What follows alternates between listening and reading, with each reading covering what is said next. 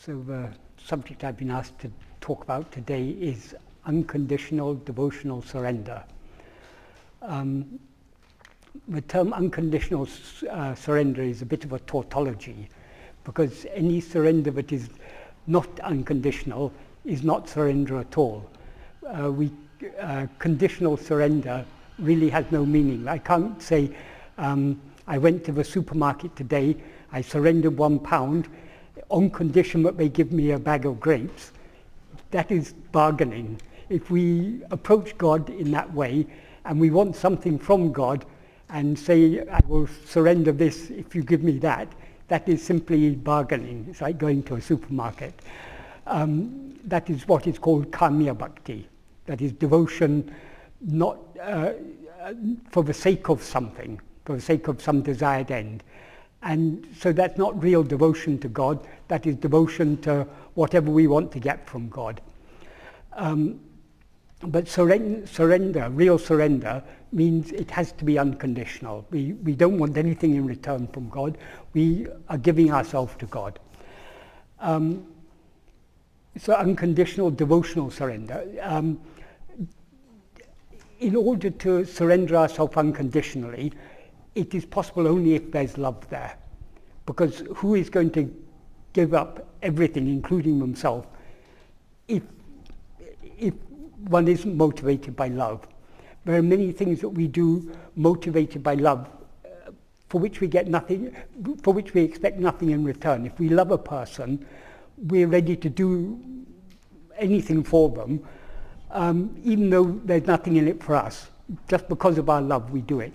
So love is the motivating force behind surrender. So I don't think we have to say much more about unconditional or about devotional, because they're both implied in surrender. So talking just about surrender, Bhagavan often said there are just two ways: either investigate yourself, either self-investigation, or surrender yourself. But he also made very clear from many things he said, but ultimately we can surrender ourselves completely only by self-investigation. So ultimately self-investigation and self-surrender are one and the same. We cannot know what we actually are without giving up what we seem to be, which is this ego.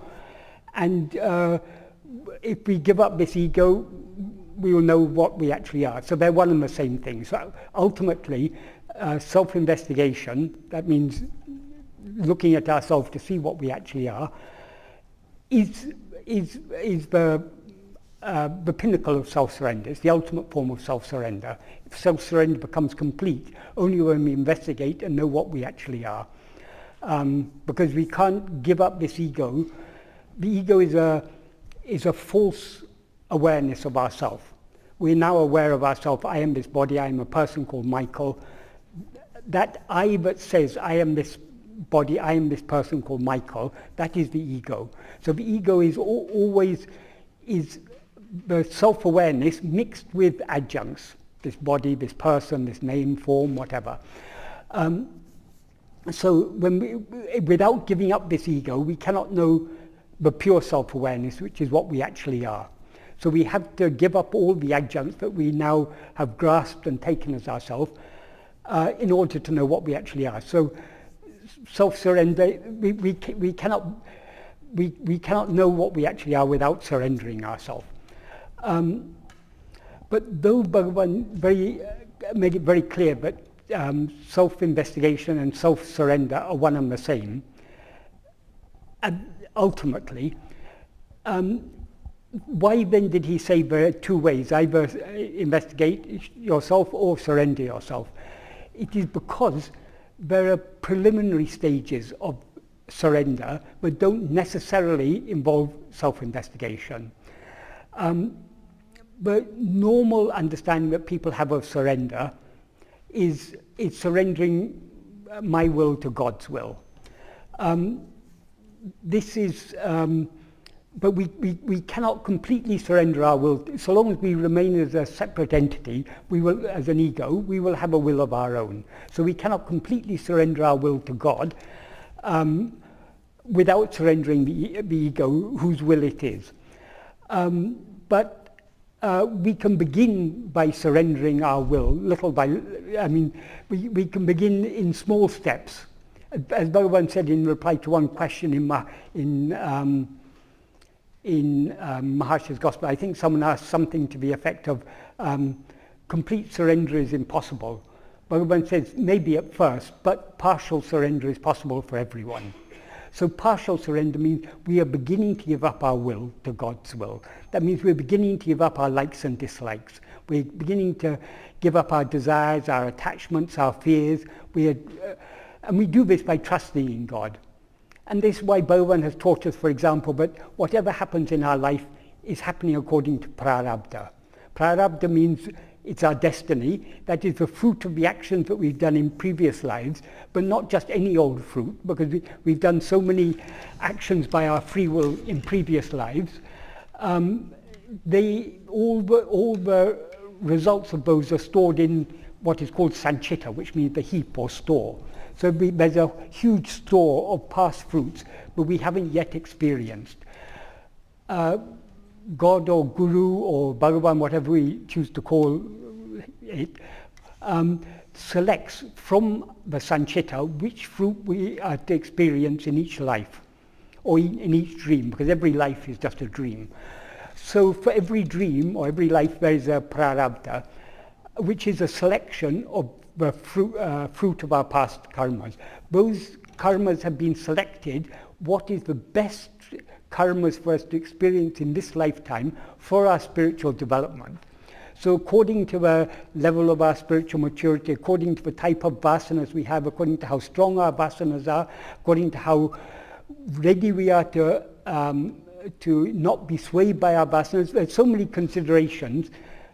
We don't know all these, but this is all known to God, and He tailor-makes a prarabdha for us, what is most suitable for us in this lifetime, in order to lead us along this path of self-surrender and self-investigation.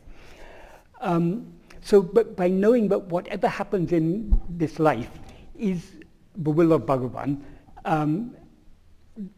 and we cannot change it also. Bhagavan says, whatever is to happen will happen, however much we try to obstruct it. Whatever is not to happen will not happen, however much we try to make it happen. That Bhagavan wrote that in the note he wrote for his mother when she, in December 1898, when she came to Tiruvannamalai to ask him to come back to Madurai. At first he didn't reply anything. Because he was generally not talking in those days, or talking very little. But his mother was pleading with him to come home. So the people there were moved, and they said, Bhagavan, if you don't want to say anything, at least write something for your mother. So he wrote, the first sentence, he wrote, Avarabha prarabdha prakaram adakanavan angangirantu atuvipan. That very literally means, according to their prarabdha, according to their destiny, Adakanava means he who is for that. That refers to God or Guru. Adakanavan, Angangirandu, being there. That means being in each place, in the heart of each person. Artuvipan. Artuvipan means will make them dance. So whatever actions we are to do, there's certain actions we have to do in order to experience our destiny. For instance, if it's my destiny to have an accident, I will try to cross the road too fast and a car will hit me. If it's my destiny, I'll be made to make that decision and to run across the road at that moment. That may be a very foolish decision to make. I won't be thinking and I'll just do it. Or I will think, but I won't think carefully enough, and I'll do it and I have the accident. I have to do that because it's my destiny to be hit by that car. I have to make that decision. So we are made to do certain actions in order to experience our prarabdha. But at the same time, we have our free will. Certain things we are to experience. But many things in this that we experience in our life are not particularly pleasant. So we always want to avoid unpleasant things, or at least to minimize the unpleasant things we have to experience. And we want to achieve more pleasant things, or at least to maximize the pleasant things that we experience. So we're constantly trying to achieve more than we're destined to achieve, and to avoid certain things that we are destined to achieve. Those likes and dislikes are also driving our mind, speech and body. So our mind, speech and body are being driven by two forces, by destiny and also by our likes and dislikes. Destiny cannot be changed. Whatever is to happen is going to happen. The likes and dislikes is what we can change. That is what we can surrender to Bhagavan. So we begin by surrendering our will. We understand whatever is going to happen in my life is happening according to Bhagavan's will. Bhagavan is all-knowing, so nothing can happen to me without his knowledge. He's all-powerful. He's all-knowing and all-powerful. So whatever happens is happening according to his will, and whatever is happening according to his will, he knows why it's happening, and it's happening for a good purpose, because he's also all love.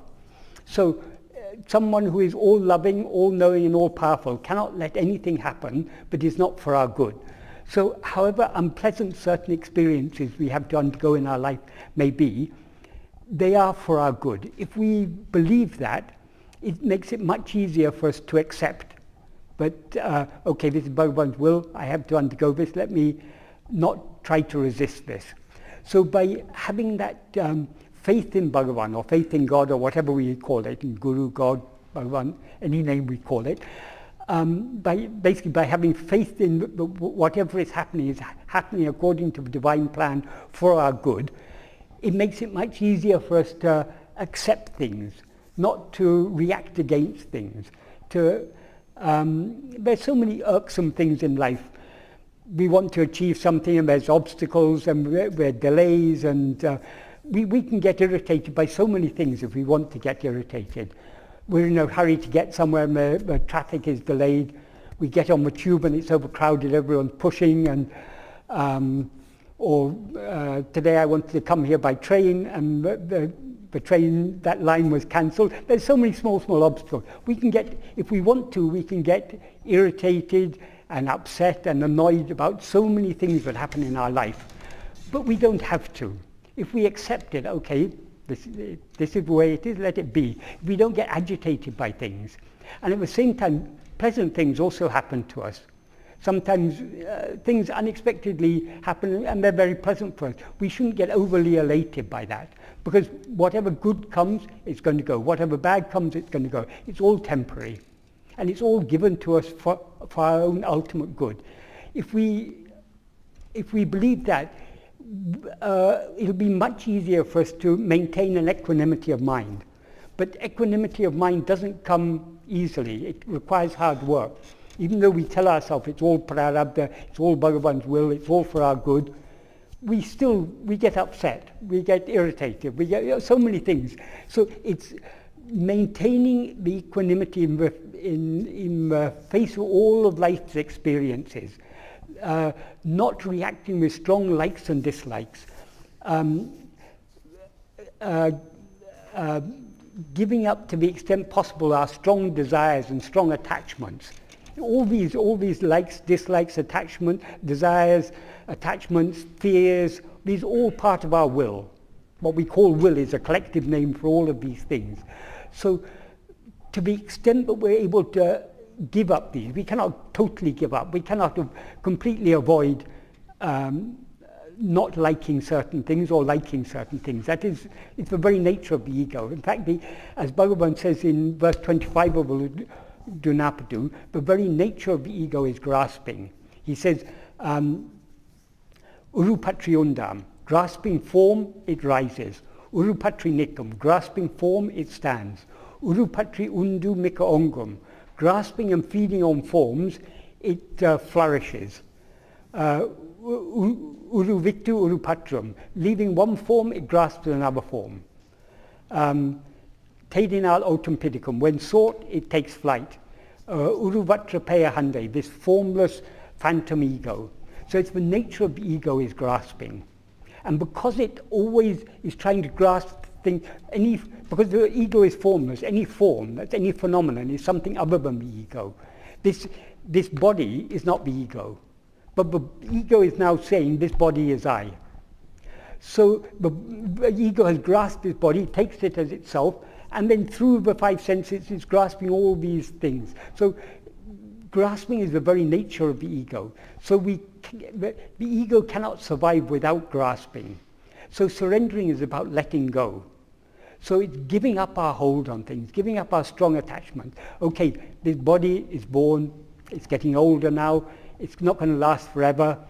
Probably it may last for a few more years, a few diseases may come, we'll get weaker and this and that, but we can accept this. This is, anyway, it's all a passing show, it's all a dream. We know we've been through this again and again and again. There's no big deal. If we have that sort of attitude towards it all, if we accept all the passing experiences of life without getting perturbed by them, if we cultivate this habit of cultivate giving up our likes and dislikes, and giving up, not being so attached to things, not being so afraid of things. Fear is also another very, very powerful thing. Fear ultimately comes out of desire. If we didn't desire anything, we wouldn't fear anything. Why we fear to lose our life, or we fear to have an accident? Because we have desire for this life. We have desire for living in this body. We have desire for the body being in a good, healthy condition, not being injured. So if there's no desire, there's no fear. So fear is just the reflection of our own desire, basically. So we have to give up our desires, our fears. We all have fears. We fear for the survival. I mean, we all care for our body, and we fear disease, we fear death. All these things we fear. We like security. Because so long as we live in this body, we need money, we need so many things we need. We need food, we need shelter, we need clothing to protect us from the elements, so many things. So naturally we fear to lose all these things. So we want security. So we like to hoard money in the bank and I mean, people take it to an extreme. They hoard billions. What they're going to do with it, God alone knows, but even if they got billions, they still want more billions. So none of us are satisfied with what we've got. But we can train ourselves, we can cultivate the habit we can cultivate an attitude of contentment, of satisfaction, of accepting whatever Bhagavan gives us. If we trust Bhagavan, why do we need to have money in the bank?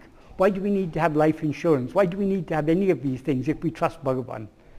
We feel we need all these things because we're not trusting him. Even if we got so much money in the bank, the stock market can crash, we can lose all of it. What's the use of that? This is all when we're looking for security in material things, it's a false security. And because it's a false security, it never satisfies us. Even when we've got billions, we're still feeling insecure. In fact, probably the billionaire feels more insecure than most of us, because with all those billions, they have to constantly worry about how to firstly preserve them and to multiply them. So we can't get any satisfaction, any contentment from any material thing in the world. We've got to find that satisfaction and contentment within ourselves. And we can only do that by surrendering our will to Bhagavan, by giving up our likes and dislikes, by accepting whatever is to happen, But ultimately, we cannot completely get rid of all these desires. They will remain there so long as we remain as an ego. So in order to complete the surrender, in order not just to surrender our will, but to surrender the one who has that will, because then only the surrender of the will be complete, we have to surrender this ego. And there's only one way to surrender this ego, and that is to investigate what it is, because it's a false self-awareness. It's an erroneous self-awareness, and it's an awareness of ourself as something other than what we actually are. We now feel, I am this body, I am this person, I am Michael. This is not what I actually am. Firstly, I wasn't Michael before Michael was born. I'm not going to be Michael after Michael died. I'm not even Michael when I'm sleeping. So Michael is something that comes and goes. So how can Michael be myself? I'm there in sleep without Michael. So if I and Michael are one and the same, I couldn't be aware of myself in sleep without being aware of Michael. Since I'm aware of myself in sleep without being aware of Michael, I cannot be Michael. But so long as I'm in this waking or dream state, I seem to be Michael. That is a false self-awareness. That is the ego. So that false self-awareness can only be destroyed by a correct self-awareness. So it's only by knowing what we actually are that we can be aware that we can annihilate this ego. And to know what we actually are, to see the sun, we have to look at it. To see what we actually are, we have to look at ourselves. That means we have to turn our attention within to see ourselves in isolation from everything else. Because so long as we're aware of anything else, we're grasping it. We have to let go of everything. That's why Bhagavan says in the 26th verse, I said the 25th verse earlier, or didn't have to, that's grasping form it rises, grasping form it stands. In the 26th verse he says, ahanda undayin anatum undahum. That if ego comes into existence, everything comes into existence. Ahanda indrail indru anatum. If ego is not, everything is not. Ahanda yavamam. The ego itself is everything. Adulal yaduidu nadale. Investigating what this is, that is what this ego is. Overdal yavam and all, that is giving up everything. Overdal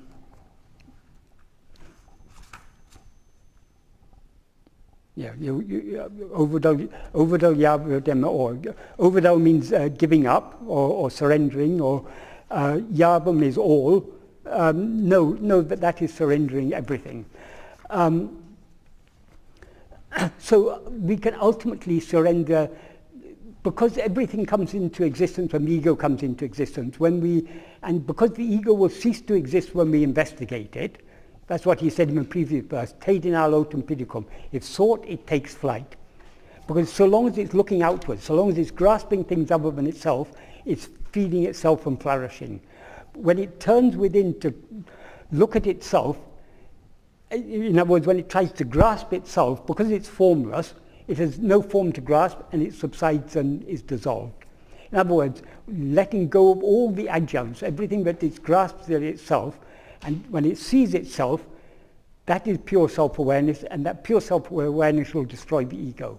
So since the ego is destroyed by self-investigation, we cannot investigate the ego and thereby destroy it without thereby giving up everything. Because everything comes into existence only when the ego comes into existence. So absolute surrender is only investigating and knowing what we actually are. That is also implied by Bhagavan in the 13th paragraph of Nanya, particularly in the first sentence. He says, Anma chintane tavira. That means accept Atmachintana. Atmachintana literally means thought of oneself. In effect, it means meditation on oneself or self-attentiveness. Atmachintane tabira, vera chintane kalambavatu satramidum kodamo. Without giving the slightest room to the rising of any thought other than Atmachintana, Anmanishta paranai irpade, thereby being firmly established in oneself. Actually, in English we have to say it the other way around. We have to turn Tamil sentences on their head in order to make sense of them in English. But the main subject of the sentence is Anmanishta paranai irpade. That means being one who is firmly established in oneself without giving the slightest room to the rising of any thought other than thought of oneself. Tanne isanuku alipadam. That is giving oneself, that alone is giving oneself to God. So he defines there what is self-surrender. Self-surrender is being firmly established in oneself by giving no room to the rising of any thought other than thought of oneself. In other words, by turning our entire attention within, excluding everything else from our awareness, and thereby being firmly established in and as oneself, that is surrendering oneself to God. So that is the pinnacle of self-surrender. But in order to get to that point, we have to be ready to let go of other things. Because we can't surrender this ego without giving up grasping other things, because grasping other things is the nature of the ego. And so long as that's why he says, giving room to no thought other than that Atmachintana. But in the remaining sentences of this paragraph, he explains why we don't need to think of anything else. We all think, oh, but I need to think of this, I need to think of that, should I do this, should I do that? We think we cannot survive without constantly thinking of things other than ourselves, because we don't really trust Bhagavan when he says it's all happening according to prarabdha. What Bhagavan says in the final sentence of that, the note to his mother, I said what the first sentence is, according to the destiny of each one, he who is for that, being in the heart of each of them, will make them dance. Then he says, Endrum naduvadadu, enmuichishkanum naduvadu.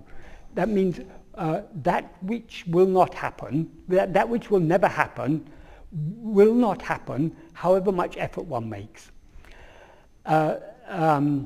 Nade padu entade seyenum niladu.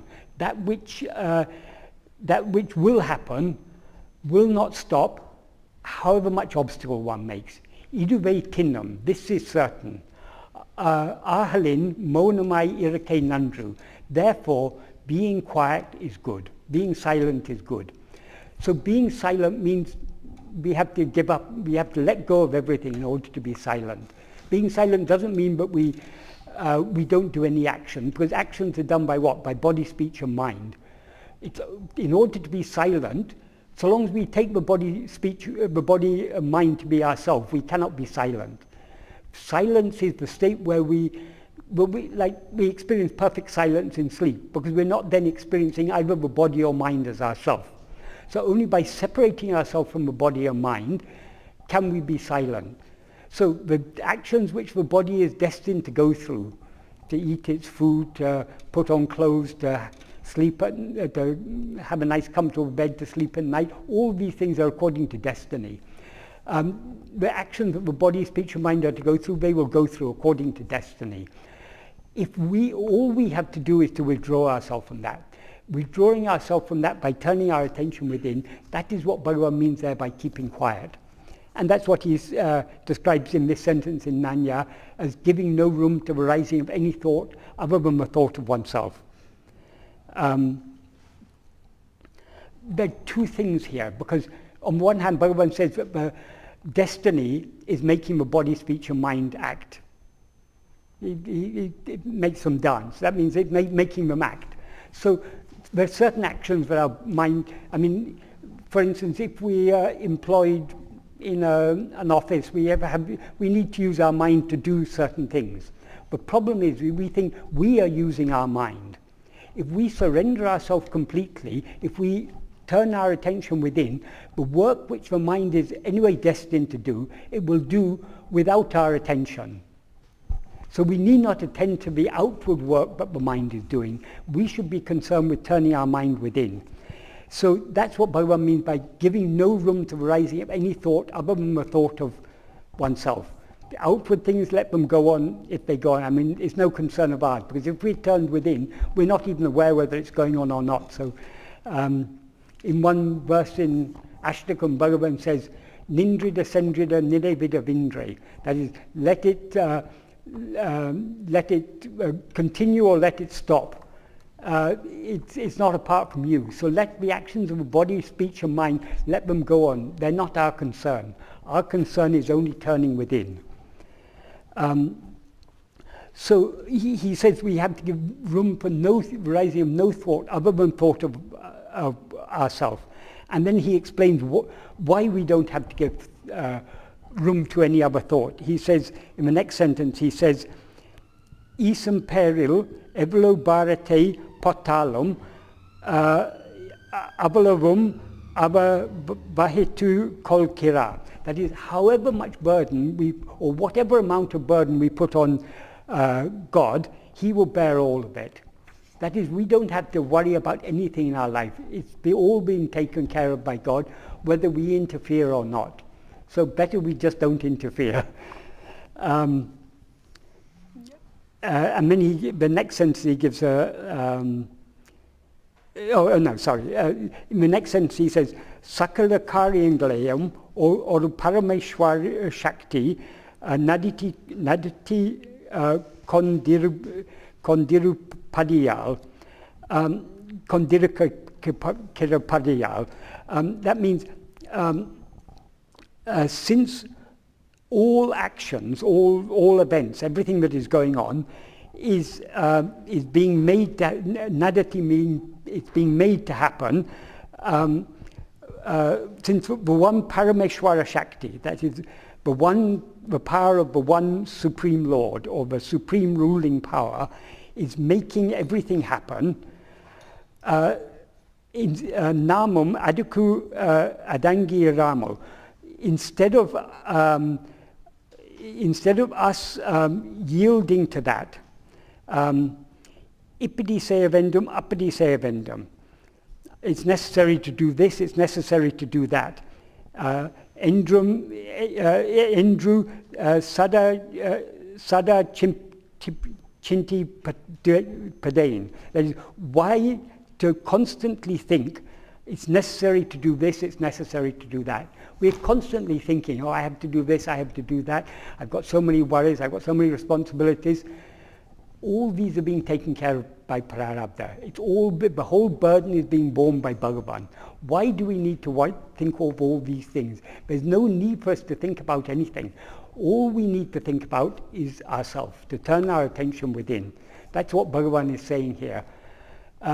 People say, this self-investigation, self-inquiry is very difficult. I just surrender myself. As if surrender is an easy thing. Surrender is the most difficult thing. Bhagavan gives us this tool of self-investigation to make the surrender easy for us, because without this, it is very, very difficult. Who is ready to give up all their likes and dislikes, all their desires, all their thoughts, all their concerns about everything? None of us here are ready to do it yet. But we are trying, we are making progress towards that. That's what we're aspiring for. And then to emphasize what he said in this sentence, why should we be constantly thinking, I need this, I need to do this, I need to do that? In fact, in Tamil it's said in a more impersonal way. Ipidi sevendum, apidi sevendum. It's necessary to do this, it's necessary to do that. Then in the next sentence he says, Puhevandi is a steam train, a steam engine, so steam vehicle, or actually Puhe means, it can mean steam or smoke, so a smoky vehicle or steam, it's referring to a steam train. Bhagavan used very, very modern analogies. When Bhagavan first, I think the first recorded place where Bhagavan used the cinema analogy is in verse 6 of Arunachashtakam, which he wrote probably when he was in Virupaksha. It may have been around 1915, 1916. In those days, cinemas really became popular only in the 1920s. There was hardly cinemas before that. I mean, the technology was there, but it was still in its very infant stages. But Bhagavan sitting in a cave in Arunachala, in a small town in South India, without any access, until later on in his life, when people took film of Bhagavan and later showed it to him, Bhagavan never went to a cinema. Didn't know, he had no, well, seemingly he had no access to these, but he knew all about these things, and he used that as an analogy for how the whole world is projected like a cinema picture. So Bhagavan's very fond of using whatever analogies are available. So in those days, the transport technology was a steam train. So he talked about Puhevandi, the steam train. When we know the steam train, Puhevandi sakala barangalayam tangi kondu povadu terendirundum. Though we know that, though we know that all the burden the steam train is carrying all the burdens, adil eri kondu pohum nam.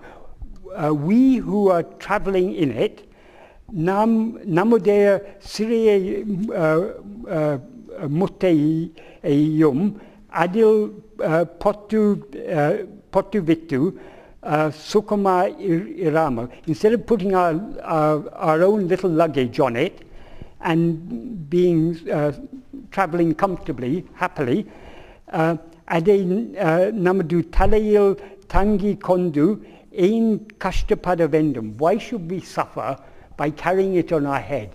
So why should we? This is a very simple analogy. Everyone who's read Bhagavan teaching knows this analogy. But we should think very, very deeply about it. What Bhagavan mean? What is he referring to as our little luggage? Our little luggage is thinking, I need to do this, I need to do that. Thinking anything is our luggage. Because if we know that Bhagavan is bearing all the burden, whatever is to happen according to Pararabdha is going to happen. Whatever our body, speech and mind have to do, they'll be made to do. We need not have any concern about that. We need not even think about it. We need not even attend to it. We can devote all our attention to turning within. That is what he means by putting our luggage on the train.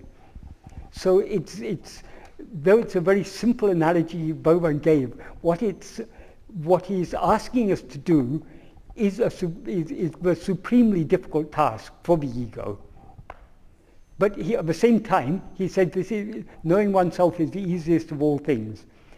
It's easy if we want it, but in order to want it, we have to let go of everything else. And that is what surrender is about, letting go of everything, giving up our desires, giving up our likes and dislikes.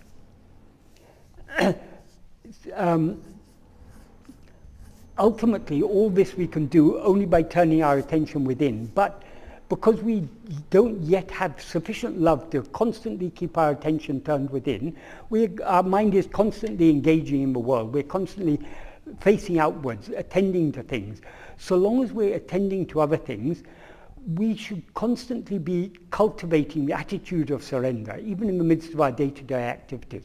Even if we can't constantly be attending to ourselves, if we can't constantly be self-attentive, remembering ourselves, or however we express it, at least we can be lessening our desires, our attachments. We can lessen the momentum, the velocity with which our mind is normally going outwards. So this self-surrender, all these clues Bhagavan has given us for self-surrender, these are a great support for us when it comes to investigating ourselves. Because why we find it so difficult to turn our attention within and to see what we actually are. Logically, what can be easier than knowing what we actually are? All we have to do is turn within, look at ourselves and see what we actually are. None of us have yet experienced what we actually are, because we're not yet ready to let go of other things. So cultivating this attitude of surrender is an essential part of the practice of self-investigation. We cannot turn our attention within without withdrawing it from other things, without letting go of other things. So self-surrender and self-investigation, they're inseparable. We can't have one without another. People think, self-investigation, it's people who talk about Atma-vichara, they're very intellectual, they too much reasoning, and they're very dry, they just turn their attention within. Without supreme love, how can we do this? Bhagavan says that when in Upadesha when he's describing the different practices of bhakti, he says, first of all, he defines bhakti as nishkam, that is, it has to be nishkamya,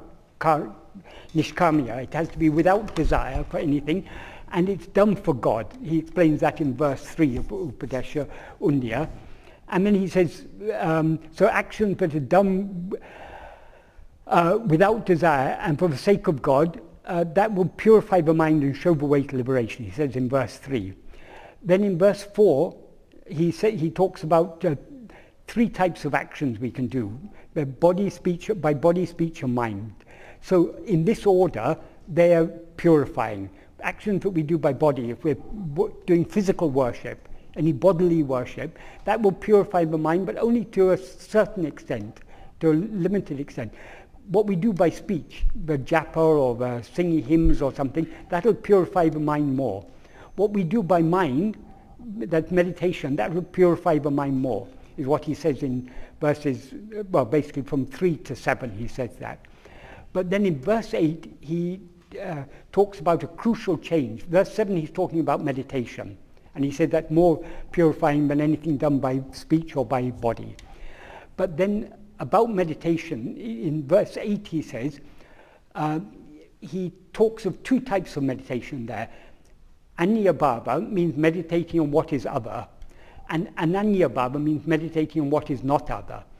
So long as suppose we're meditating on Bhagavan, on the form of Bhagavan, we have so much love for Bhagavan, we want to meditate on his form or on his name, we're constantly thinking Ramana Ramana in our mind, and we're having his image before our mind. That is Anya Bhava, because we're taking Bhagavan to be other than ourselves. What he means by Ananya Bhava, Ananya means what is not other. In the context, it means what is not other than oneself. So what is not meditating on what is not other than oneself is meditating on oneself. That is self-investigation. So what he calls in that verse Ananya Bhava is self-investigation, meditating on what is not other than oneself. So he said, rather than Anya Bhava, rather than meditating on God as something other than oneself, Ananya Bhava, and he qualifies that as or not qualifies it, he describes that as avanaha maham. That is ananya bhava, in which he is I. In other words, in which God is I. Once we understand that God is what is shining in us as I, what's the best way of meditating on God? Meditating on I alone. So ananya bhavam, and he ends by saying anatinam uttamam. That is the best of all. So the highest form of bhakti is what he implies there. The best, in fact, that best of all, in the context, it can mean the highest form of bhakti, the highest practice of bhakti. It can also mean the highest form of meditation. It can also mean the highest of all spiritual practices. But the best of all is that ananya bhava. And then in the next verse he says, bhava balatina. That means by the strength of that meditation, that implies by the strength of the ananya bhava, that in other words by the strength of the self-attentiveness, bhava balatinal, bhavanatita. Bhavanatita means beyond meditation. Bhavana means any meditation which involves mental activity or imagination. So meditating on anything other than ourselves, whether it's a name and form of God, or whether it's a chakra in the body, or whatever we may meditate on, is all bhavana. So beyond all bhavana, so by attending to ourselves, we go beyond all bhavana, satbhava tirutale, being in satbhava. Satbhava means the state of being in one's own state of being, or the true being. Parabhakti tattvam, that is the supreme devotion. So this practice of self-attentiveness, this is supreme devotion. Why? Because by attending to ourselves, we are giving ourselves completely to God. So this is all spiritual practices, whatever path we may follow, ultimately we have to come to this path, which is the path of self-investigation and self-surrender, which are inseparable. So Alistair, I have to apologize. I've talked about the same subject again. Whatever subject you give me, because we can't escape from it. You can talk about these things as much as you like. Never have enough. Yeah. So have I adequately covered unconditional devotional surrender? I think you did. I have to confess I was asleep for the last 5 minutes. Oh, okay. Then my words must be very powerful then. Either very powerful or very boring. So, any questions?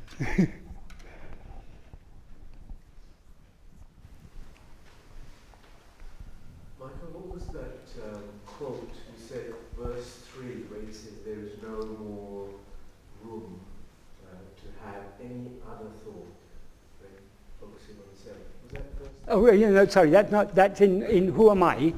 In Who Am I, in the 13th paragraph. And that is, the meaning of it is, being firmly established in oneself, giving no room to, giving not even the least room to the rising of any thought other than thought of oneself, is giving oneself to God.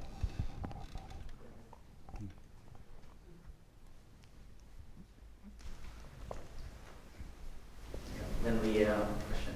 Yes. When you're saying like we have to establish ourselves in ourselves, Yeah.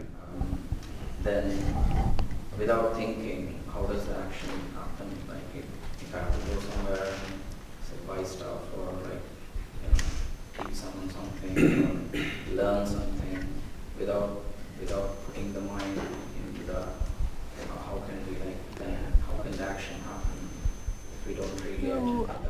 Okay. Why should we be concerned about this? It's not a concern. We are all concerned about it, naturally. I'm not saying it's, we are naturally concerned about it because we haven't yet surrendered. If we had surrendered, if we were to leave all thought, and we would, these things, if they had to happen, they had to happen. Because Bhagavan very clearly says, what is to happen is to happen. So the prarabdha will make your mind, speech and body do whatever they're destined to do. But you will be unaware of it because your attention will be turned within. We're aware of of prarabdha, we're aware of all that's happening. Why? Because we're facing outwards. Why are we facing outwards? Because we're still so concerned about all these things. Or if I let go of everything, what will happen? Who will take care of my family? Who will feed me? Who will do this? We have so many concerns. That's what Bhagavan is. Leave all those burdens. You're already traveling on the train. Why should you suffer by carrying the burden on your head? Put it down by your side. Travel happily. But when it comes to decision making, say for example there is a student who has to pick like one course out of two, and so he has to think about it. That's what Bhagavan says. Ippadisaya vendam, appalisaya vendam, sada chintapadu ain. Why should we go on thinking like that? And what does the student have to pick? Like, the subject that the student is destined to study, he will study, and the decision he or she is to make, they will be made to make according to destiny. See, Bhagavan, at the age of 16, he surrendered himself completely. His body had a certain destiny. Bhagavan didn't have any destiny because he had left behind the body. For the jnani, there's no prarabdha. But for the body, because we see Bhagavan as a body, so we say, Bhagavan realized the self at the age of 16, then he traveled by train from Madurai to Tiruvannamalai, and he lived there for 54 years. And at first he was absorbed in samadhi, keeping quiet, and then he slowly came down and started talking to people and everything. That is the prarabdha of that body. That is not Bhagavan. We take that to be Bhagavan because we see, Bhagavan says, because you see yourself as a body, you see me as a body. If you see what you actually are, then you'll see what I actually am. So Bhagavan is not the body that we take him to be. But in our view, that body, he is a body, and that body has a prarabdha. Though Venkataraman had surrendered completely, once and for all, so Venkataraman was out of the picture, or the ego that experienced itself as I am Venkataraman, that was obliterated once forever. So there was no ego. There was no one inside there. Bhagavan once pointed to a radio and said, see the radio, when we hear singing going on in the radio, but if we open it up, we find no one singing inside. So it is with the body of a jnani. There's nobody inside singing. What about death? Because in death we have to surrender, but death almost interferes with surrender because we always want things like fear. We're anxious about death. Talk about in death we are not surrendering. If someone, if a thief comes and grabs your phone or your wallet when you're walking down the street, You can't say you've surrendered your phone or your wallet to that thief. It's been forcibly taken away from you. You'll be very upset, won't you? Oh my goodness, I've got my cards there, I've got so many important things there. We naturally get agitated if such a thing happens. We've not surrendered. When death comes, we are forcibly separated from the body. We're not letting go. We should let go, but if we've not been cultivating the habit of letting go, if we've not been cultivating that attitude of surrender, and if we've not been turning our attention within and trying to see what we actually are, death will be forcibly separated from all that we now hold most dear. I suppose what I mean is that like death stands in front of us and our fear of it makes us hold on to the body. Yes. Like Yes. in response to this sort of imminent Yes. end. Yes. So did he have any advice in respect to that anxiety and that fear? Because that could potentially be a very, fundamental block to this. Yes. Well. His own life was the supreme example. I mean, the supreme teaching. What he did when the fear of death came. What happens when a normal person is faced with death? Their mind goes outwards. Because we are attached to so many things.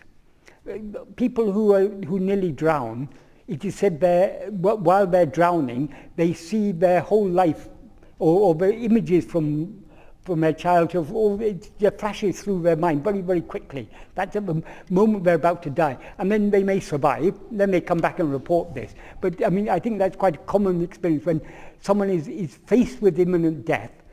The mind goes out and tries to grasp all those memories and those things that we hold dear. That is the natural reaction of the mind, because we don't want to let go. What Bhagavan did, when the fear of death came, what we fear about death is we're going to lose our identity, we're going to lose all our family, everything we hold dear, we're going to lose.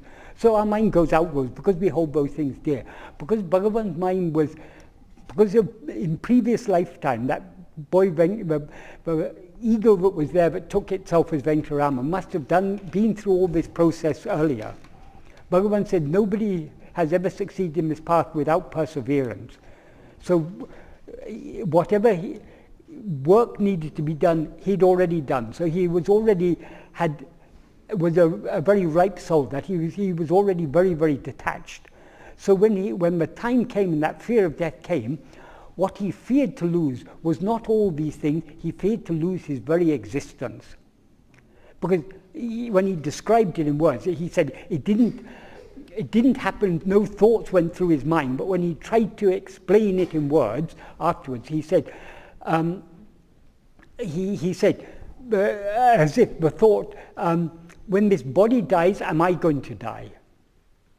In other words, it's well known the body is going to die. It's going to be taken away and burnt and cremated. He even said it in so many words. Obviously, he wasn't thinking all these things. The body is going to be taken away and cremated. But to try and explain the attitude he had, he put it in so many words. The body is going to be taken away and cremated.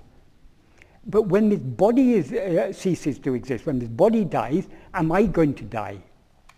So in other words, it was his own existence, his own very being he was concerned about. So he turned his attention within and merged into, and then he merged in that, and then only that existence alone remained, that pure Satchit, self-awareness, pure self-awareness alone remained. So it was his own existence that he was fearing to lose. So his attention, we are so preoccupied with other things. We're not thinking about losing our existence, we're thinking about losing all the other things. So it's only by cultivating this attitude of surrender and practicing self-investigation as much as we can, day in, day out, throughout our life, but we'll be ready to let go at the time of death. if we don't let go before. If we don't surrender ourselves before, the moment of death is actually a very good opportunity for us. But we will be able to avail of that opportunity. With the moment of death, we're being forcibly separated from all these things we're attached to. So it's a very, very favourable opportunity. But we will be able to avail of that opportunity only to the extent that we have practiced self-investigation and self-surrender in this life. So day in, day out, we have to be practicing this. It's a very fearless path, isn't it? Sorry? It's a very fearless path. It is a fearless path. We have to be fearless. That's why it's, sometimes Bhagavan talks about Dhira. Dhira means a very, very courageous person. And Dhira is a Sanskrit word that means courage or hero. And Bhagavan explained D means, I mean, this is not the etymological meaning. Bhagavan was explaining the inner meaning of it, let's say. I mean, not the linguistic meaning, but the metaphysical meaning of it. D stands for buddhi, the intellect. And Ra means protecting. So protecting the intellect or preventing the intellect from going outwards by turning it within, that is Dhira, that is courage. So the supreme, to surrender ourselves completely, to put our little luggage on the train, it takes supreme courage. Because all our valuables are in our luggage, aren't they? So how can we trust this train? If we put it here, we may get separated from it, so we continue holding on to it.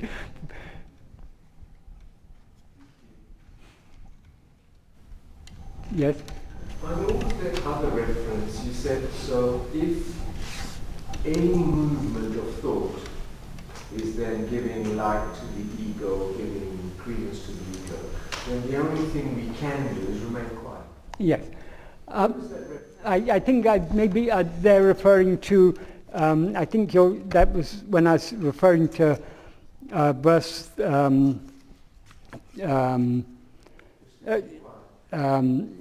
22 of Ulujunapadu. Because I was talking about the word mati. Mati means mind or intellect. And there in verse 22 what Bhagavan says is, again, it's very difficult to, in Tamil we have to, when we translate from Tamil into English, we have to put the end of a sentence first, so it's a bit difficult, but I'll just explain what he said. He starts by saying, Mati Koli Tandu, that's giving light to the mind. Mati Kul Olirum, what shines within the mind.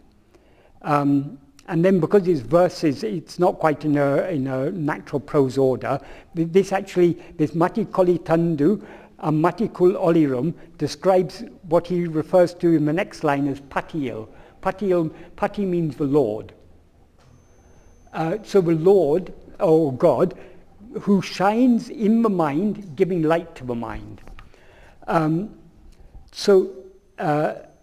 then he says, Matiyene ulle madaki, turning the mind inwards. Madaki literally means folding, like folding the mind back in on itself. But it's ulle madaki, turning it inwards. Patiyal, in God. Paditidital, fixing it in God or making it, except by turning the mind within and fixing it in God, who shines within the mind, giving light to the mind. Andri, except by Patiye Matiyal Maditidital Engan Mati. Consider how is it possible for the mind, Maditidital. I think the closest we can say to it in English is fathom. How can the mind fathom God? In other words, how can the mind measure God? How can the mind comprehend God? Or how can the mind know God? Except by turning it within. How is it possible to know God by the mind except by turning the mind within and merging it in God, who shines within the mind, giving light to the mind. So what he means here by Pati, God, is our own self. So here he very, very clearly implies there is no other way. Ultimately, whatever other spiritual path we may follow, we may be following any type of path of devotion or yoga or anything. Ultimately, there's no way except by turning our mind within. Because then only we can destroy this, merge the mind back in its source, dissolve it back in its source. Otherwise, it's always an object. Yeah. It's always going out towards object. But mind is always the subject. The mind here, the problem with the word mind, we use it in different senses. Bhagavan has clarified what we mean by mind in verse 18 of Upadesha. He says, enengale manam. Thoughts alone are the mind. So mind is what we generally refer to as mind. It's a collective term to refer to all thoughts. Yavinum, wait a second. Enengale manam, yavinum nanenum enname mulamam. Of all the thoughts, that's all, well, he says of all, that implies of all the thoughts, nanenum enname, the thought called I, alone is the root. So the mind consists of many thoughts. The root of all those thoughts is I. Why? Because all other thoughts are objects. Who knows those objects? I, the subject.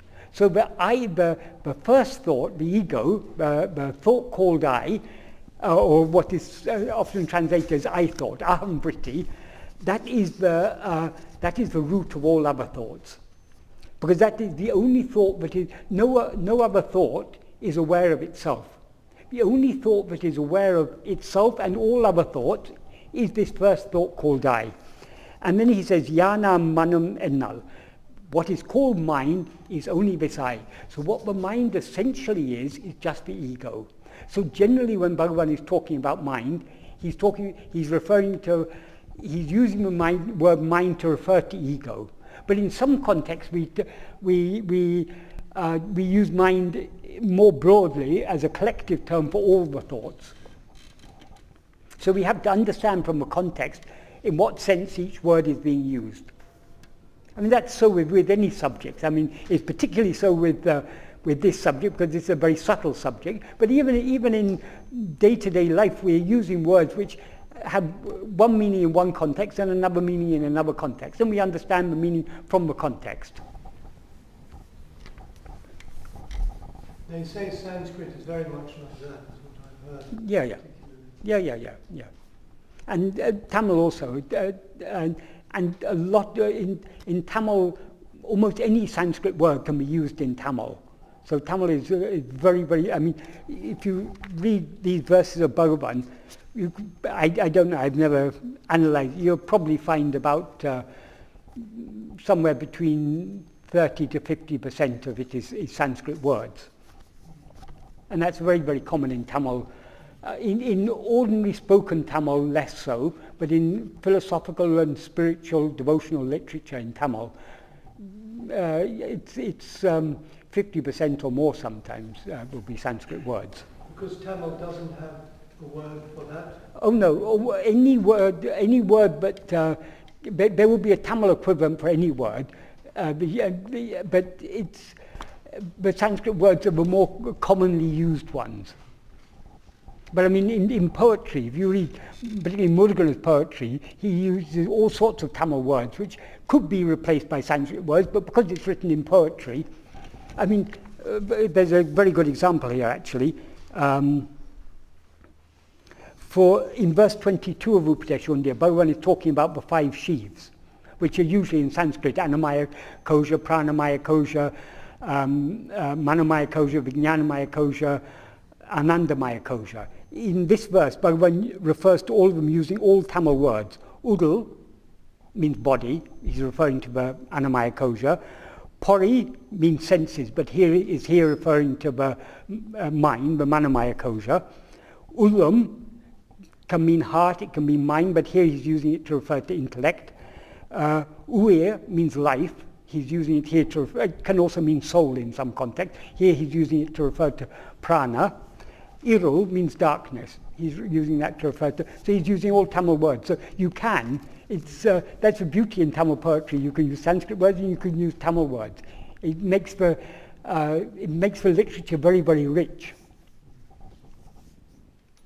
I've never tried, but I believe in English you can speak pure Anglo-Saxon in English without using any Latin words. But most of us don't even know which words in English are of Anglo-Saxon origin and which words are of Latin origin. And a lot of words we use are of Latin origin, but for every Latin word in English, apparently there is an Anglo-Saxon equivalent if you could be bothered to find out.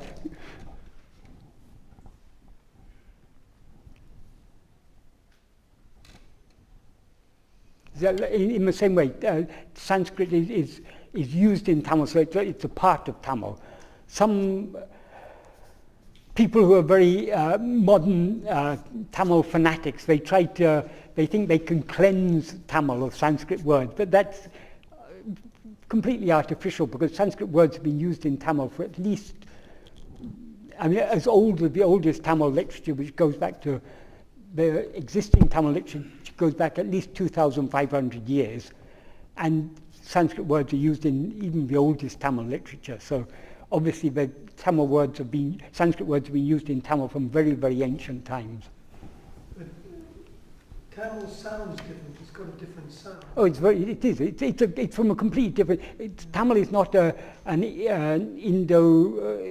what do they call it? An Indo-European language. Sanskrit is the oldest extant Indo-European language. Tamil is from a completely different root. Dravidian. They call them Dravidian languages.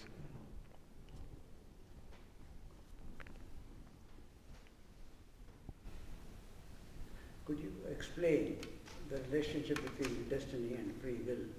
Because if everything is destined, there's no free will at all. Right, yes. This has been a big controversy on my blog of late. People have been, there are some, Bhagavan says very nicely in verse 19, this big fight, which prevails, destiny or free will? Bhagavan has written a verse about that in Uludu Napatu. Destiny is often called Vidhi, and free will is often called Mati. It's another use of the same word Mati, but I was talking about intellect. It also means will. So here he's using Vidhi to mean destiny and Mati to mean free will. He says, Vidhi mati moolam vivekam ilake, vidhi mati vellam vivadam. Vidhi mati vellam vivadam means vivada means dispute. The dispute, which wins, fate or free will. Vidhi mati moolam vivekam ilake is only for those who don't have the viveka, who don't discern the root of fate and free will. Vidhi mati moolam. The root of fate and free will is what? The ego. For whom is fate? It's only for the ego. For whom is free will? It's only for the ego. So people who dispute about which prevails, fate or free will, are those who don't know the root of fate and free will, which is just the ego. And then he goes on to say, Vidhi mati ku o mudalam tanne unanda abe tananda. Those who have known those who have known oneself or themselves, who is the root, themselves there means the ego, who is the root of fate and free will. So if we know the ego, what do we know? If we know the ego, there's no such thing at all. When we know the non-existence of the ego, in other words, Abe Tananda, they have gone beyond them. They've left them behind. They've given them up. Savaro innum abe satru. Will they have anything to do with them again? So if we investigate what we actually are and find that we are not this ego, but pure self-awareness, we will thereby give up or let go of fate and free will, because there can be no fate or free will without the ego, and therefore we'll have nothing to do with them again. So all these problems about fate and free will arise because of the ego. And the ego arises because we don't investigate it. So if we investigate it, we'll find there's no ego and hence no fate and free will. But so long as the ego is there, there is fate and free will. So which prevails? This argument people love to have. The reason people like to have this argument is they don't understand that actually each prevails in its own domain. Each has its own jurisdiction. What is prarabdha? It is the fruit of actions that we've done in the past. That is, of the agamya that we've done in the past. What is agamya? Action that we do by our free will. So prarabdha is the cause. Sorry, prarabdha is the effect. The cause is our free will, or our misuse of our free will. Because we've misused our free will in the past, we have all the karma pala is there in our sanchita. That is allotted for us to experience as prarabdha. So even while we're experiencing prarabdha, we are still doing agamya. The domain of prarabdha is all that happens in our life, all that we are to experience, the pleasures and pains and everything. The domain of free will is our likes, our dislikes, desires, all these, everything. I mean, we know what will is a collective name for all these things. Our desires, our fears, our hopes, our aspirations, our likes, our dislikes, all that comes under will. That is the domain of free will. Whatever our prarabdha may be, I may be destined to be a very poor man. That doesn't stop me wanting to be a rich man and trying to be a rich man. But however much I may want to be a rich man and try to be a rich man, it's not going to happen because I'm destined to be a poor man. So the destiny is not preventing me wanting that or trying for that. And my trying for that is not preventing destiny happening. So they're two separate domains. Each prevails in its own domain. It's because we think, my efforts are frustrated by prarabdha, therefore prarabdha is more powerful than my free will. That is not so. That is because we are confusing the different domains. We think, but because I want this and because I try for it, it should happen. It's not going to happen because we want it, just because we want it and try for it, because that is not the domain of free will. But free will has no jurisdiction over what is to happen. And prarabdha has no jurisdiction over what we want to do and try to do. That is why Bhagavan says in that note to his mother, Endrum nadavadadu, enve chikanum nadavadu. That which is not to happen will not happen. Enve chikanum means however much effort one makes. So we're free to make effort. I am not destined to be President of the United States, but I can try very hard if I want to be. I can go to America, I can get a green card, I can get American citizenship, and finally I'll be disappointed because I'll find that you have to be born in America. So my efforts are frustrated, but I can try. I can want to be a President of America as much as I want. So the fact I'm destined not to be is not going to prevent me wanting to be and trying to be. And the fact that I want to be and try to be is not going to change what is. So they're two separate domains. And he says in the next sentence, Nadapadu entade seinum niladu. What will happen will not stop whatever obstacle is made. The obstacle again, it's by I don't want to get sick. But it's my destiny to get sick. I don't want to go to hospital and have needles put in me and be on drip and have to have scans and operations and all these things. I really don't want that.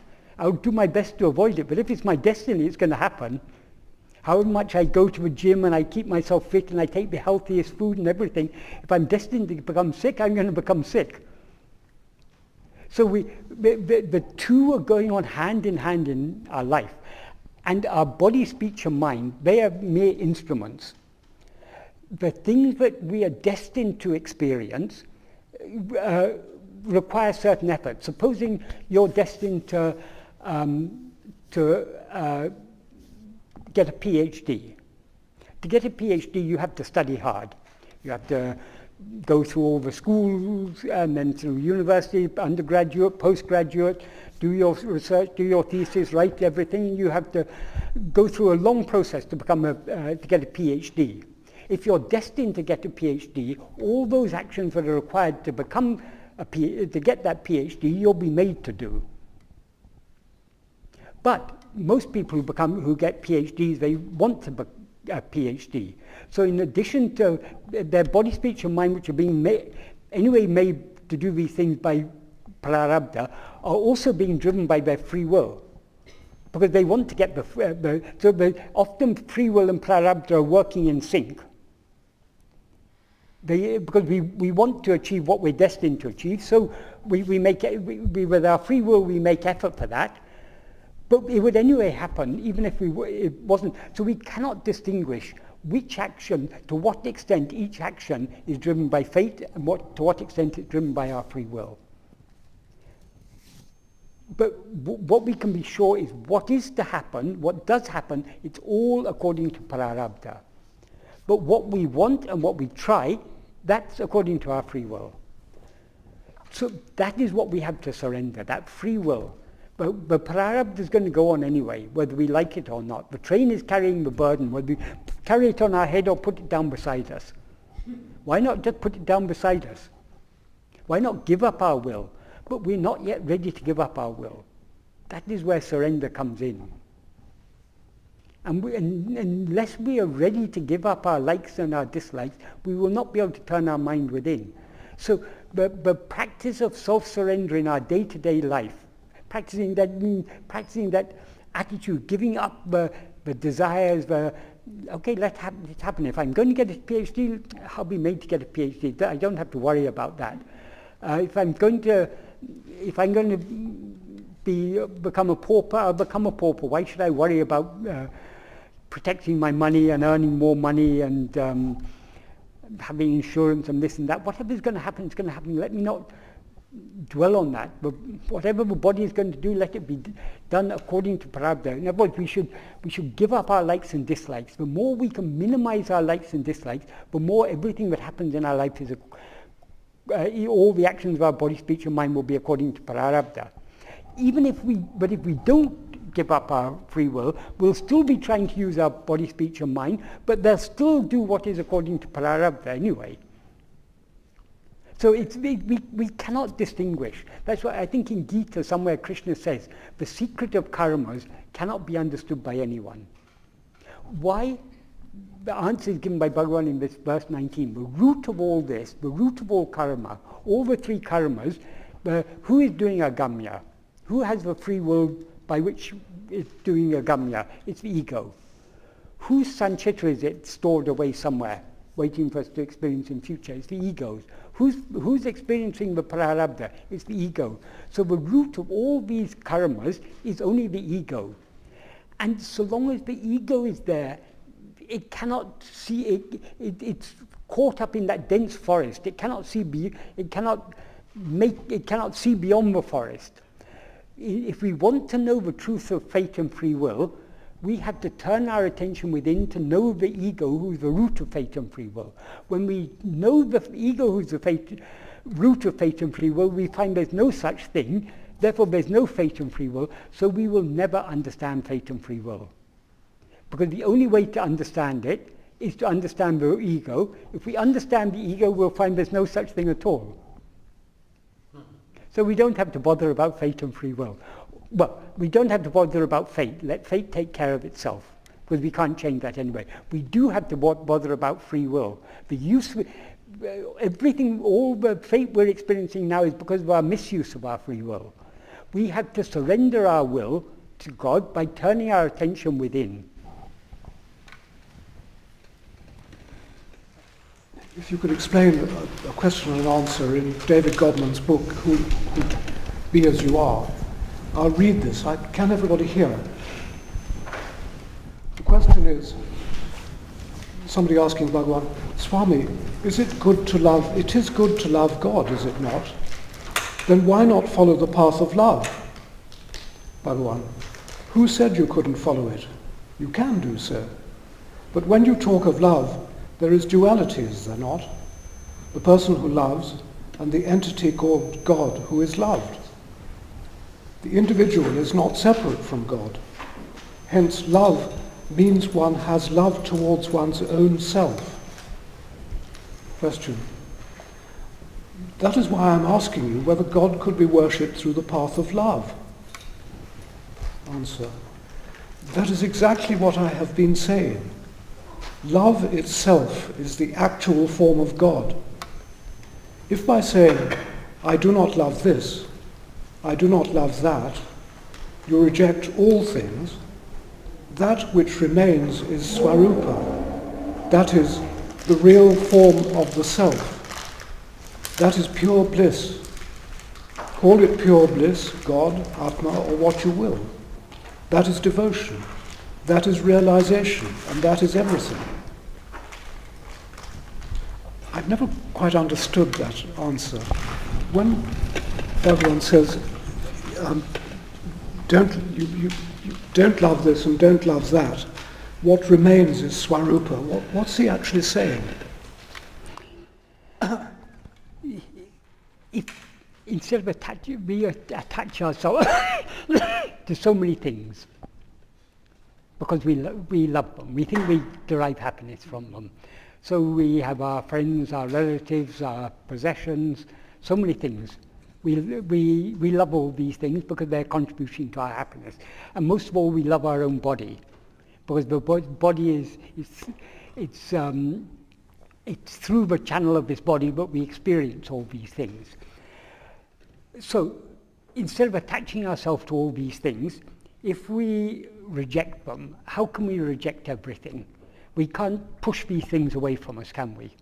The only way to reject them is to turn our attention within.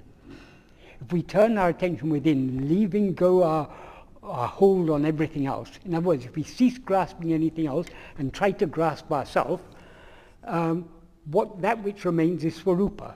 Swarupa means our real nature. That is the real form of the self. That's Atma Swarupa. What is pure? That is pure bliss. Call it pure bliss, God, Atma, or whatever you will. That is devotion, that is realization, that is everything. If you thus reject everything, what remains is the self alone. That is real love. One who knows the secret of that love finds the world itself full of universal love.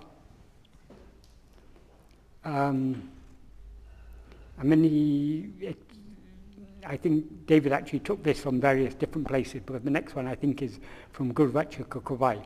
The experience of not forgetting consciousness alone is the state of devotion, bhakti, which is the relationship of unfading real love.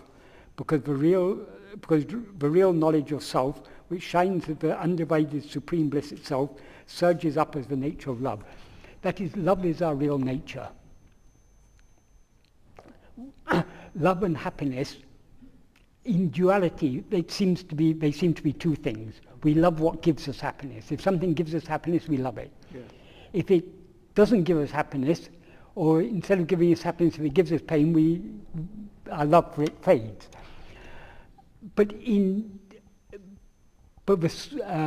their real nature, both love and happiness are one and the same. That is our real nature. If we want to experience infinite love, we have to experience our own real nature. We have to turn our attention within, giving up our hold on everything else. In other words, we have to surrender. We have to cease clinging to other things and cling only to ourselves, because we are the form of love. Okay. But we can express this in different. We can express it in terms of vichara like that, or we can express it in terms of bhakti. But the important point is, duality shouldn't be there. So long as duality is there, that's Anyabhava. That's okay, that will purify our mind to a certain extent. But if we want to get rid of the ego, we have to go beyond this Anyabhava to an Anyabhava. That's taking God, with the understanding that God is I, we meditate on ourself alone. So he's essentially saying that you simply need to be love itself. Yes, but we are love. We're already love. But how can we be love. I mean, how can we be what we actually are? And I mean, we are already that, but we seem to be something else. We seem to be this ego, which is full of desires, likes, dislikes, and all these things.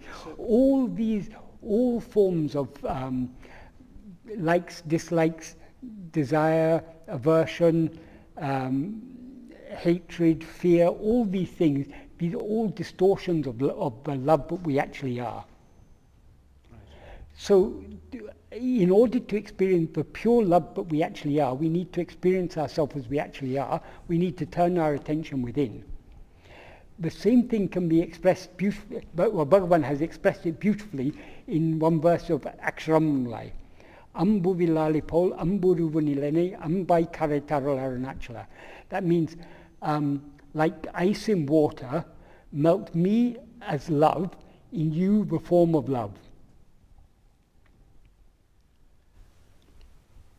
So it's a matter of getting rid of what is not love. That is the Is that the way ego. of putting it? That is the ego. The ego is what separates. As soon as there's separation, love is imperfect. Because supposing you love a person, you have great love for a person. However much you may love that person, you've got greater love for yourself. You love that person because that person makes you happy. So, so long as we take God to be other than ourselves, we cannot have full love for him, because we're still retaining some love for ourselves. So we can surrender ourselves fully to God, we can give ourselves fully to God only by turning our attention within and thereby merging in him. And only in that state of oneness is the love full. I see. And in that fullness there is no other. That is what Bhagavan refers to when he says, one who knows the secret of that love finds the world itself is full of love. Not even, well, full of love is a way of saying it, but what we see as the world is what Bhagavan sees as love, which is his own nature. Bhagavan doesn't see all these names and forms, he sees only himself, which is love. Yeah, I think I've got it. Thanks. You got it, I wish I had it. Well, you have, No. because you wouldn't have been able to explain it. Well, yes, it's easy. It's one thing to explain this, it's another thing to surrender ourselves completely. We know what we should be doing. The problem is we don't yet have enough love to do it. We are love.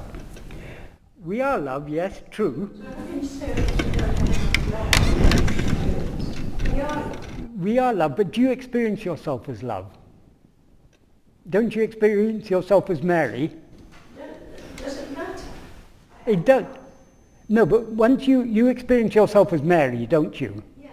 You're not Michael. No. So there's a division. So as soon as there's division, love becomes imperfect. But what your real nature is love. Mary isn't love, your real nature is love. When you rise as I am Mary, that creates division. And that is what the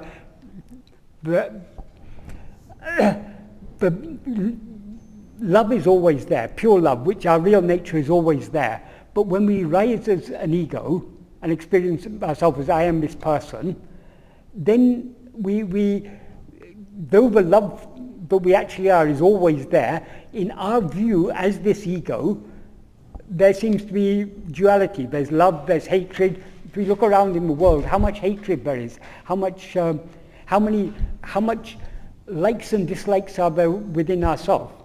In love, is there any room for any likes and dislikes, for desire, for any of these things? Fear? No, there isn't. No, but we experience all these things, don't we? Absolutely, yes. So in order to experience the love that we actually are, we have to turn our mind within. We have to give up all our likes, dislikes, desires, fears, let go of everything and turn within. Then only we will experience the real love that we actually are. And then we will find there's nothing other than that love. So it's love at the exclusion of everything else. Yes, but by excluding everything else, since the very exclusion of everything else is including everything. It may seem paradoxical, but so long as we see everything, we're seeing many things. Many things are not real. What is real is one thing. So everything is the only thing, which is what we actually are, which is love. Yes. Coming back to this other question, and that is free will as opposed to destiny. Yes. Jnani Mm. will be operating exclusively under destiny, is that right? The jnani's body and mind will be acting according to destiny, yes. But the jnani is neither the body nor the mind. The jnani doesn't operate at all. The jnani is what is. Bhagavan used to say, jnana me jnani. That's jnana alone is the jnani. Jnana there means pure self-awareness. So Bhagavan is nothing but pure self-awareness, which is love. So he has no likes and dislikes. He has no likes and dislikes, because there's nothing other than him for him to like or dislike. He alone is. In sleep, do you have any likes or dislikes? No, I don't. Because there's nothing for you to like or dislike. You alone are there. I dislike the nightmare. But then you're not asleep. Then you're dreaming. I don't have nightmares, but that's enough. Yeah. Yes, but if you have a nightmare is not sleep. What I mean by sleep is deep sleep, dreamless sleep. Right. It's very difficult discerning between destiny and free will. It's impossible. We can understand to a certain extent, but we cannot clearly distinguish. Like we are constantly acting. Because we take the body and mind as ourself, whatever actions the body and mind are doing, we think we are doing. But some of the actions of the body and mind are driven by destiny, some are driven by free will, and probably most are driven by both, to a greater or lesser extent. So we cannot distinguish which actions are driven by destiny, which are driven by free will, or to what extent. That we cannot know. If we want to the extent to which we can distinguish destiny from free will, we can say, but there's a very simple way of saying it. Whatever happens, whatever we experience is destiny. Whatever we want to happen or want to achieve, that is free will. Whatever we try to achieve, that is free will. But because the two are going on side by side in our life, it's very difficult for us to distinguish clearly the boundary between them. They're two completely separate domains.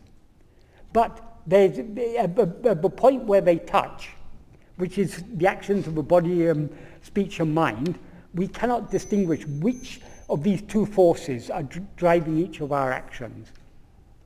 In retrospect, we can say whatever happens was destiny. But supposing it's your destiny to achieve something, you most probably, most of the things we achieve in life are what we want to achieve. Or even if we didn't consciously want to achieve, when we get it, we're very happy. I may not want £1 million, but if an old aunt dies and leaves me £1 million, it would be very, very, very few of us would not be a little bit happy when we get that £1 million, because at least some of our problems of life will be solved. Other ones will, of course, come very quickly in their wake, but at least our debts we can clear. We may be able to clear our mortgage. We may be able to help someone in need or something. We'll be happy for a little while until we get used to it, and then we'll be thinking, oh, I've got so much money, and other people don't have money. I must use my money in a way that's good for others. Well, some other worries will come. But what I'm saying is, even sometimes when we don't think we want something, when we achieve it, take a very simple example. Sometimes when we're very, very busily engaged in something, we don't notice that we need to go to toilet. But when we go to toilet, we feel such a relief. And then only we realize how desperate we were to go to toilet. The very fact that we feel joy in that relief means we had that desire, but we were not conscious of it because we were busily engaged in other things. So it's the very nature of the ego to have these likes and dislikes, to find pleasure in things that we like, and to suffer when we have to experience things that we don't like. That is the nature of the ego. We cannot completely get rid of that until we get rid of the ego. It's very difficult to understand, given those conditions, Yes. how anyone can promote or accelerate their spiritual development. Spiritual development is all about our will. Because it's a matter of what we want. Why we are not able to turn our attention within and experience ourselves here and now, because we may have some liking to do so, but our liking to be aware of other things is stronger. We still have too much interest in other things. We're not yet interested enough in just in knowing what we actually are. So the whole of spiritual, in fact, but the spiritual path is the path of bhakti. There is no spiritual path apart from bhakti, we can say. Because bhakti is love. And without love, you can't, I mean, why anyone does any type of spiritual practice, whether it's yoga or whether it's atmavichara or whatever it is, love is the driving force. So all spiritual practice is bhakti. And without bhakti, there can be no jnana. Bhagavan said, bhakti is the mother of jnana. The whole thing is about what we want. Now we want we have so many desires, so many likes, dislikes, attachments, fears, and so on. Hopes, aspirations. All these things, so long as we have these, we're not ready to let go. So in order to let go, in order to let go of everything else, we have to let go of our desires. We have to surrender our will to God. We can do so to a certain extent by, for example, often we have conflicting desires. So supposing we know something is not good for us, but we still like it. For instance, just say we like chocolate. We know eating too much chocolate is not good. Okay, and in moderation it may be okay. But because we like it so much, we tend to eat too much. We know that's not good for us. We don't want to eat too much. But because we like the taste of chocolate so much and we like the sensation of eating chocolate, even though we know it's not good for us, we sometimes yield to that. But sometimes we are strong and we say, no, it's not good, I'm not going to have any more. So often desires are in conflict within us. So we have to, when we start on the path of surrender, we start by understanding certain desires are more harmful than others. Certain passions are more harmful. They talk of, in Indian spirituality, they often talk about 6 enemies, 6 inner enemies: Kama, Krodha, Lobha, Moha, Mata, and Matsarya. That is, Kama is desire or lust. Krodha is anger. Lobha is miserliness, greed.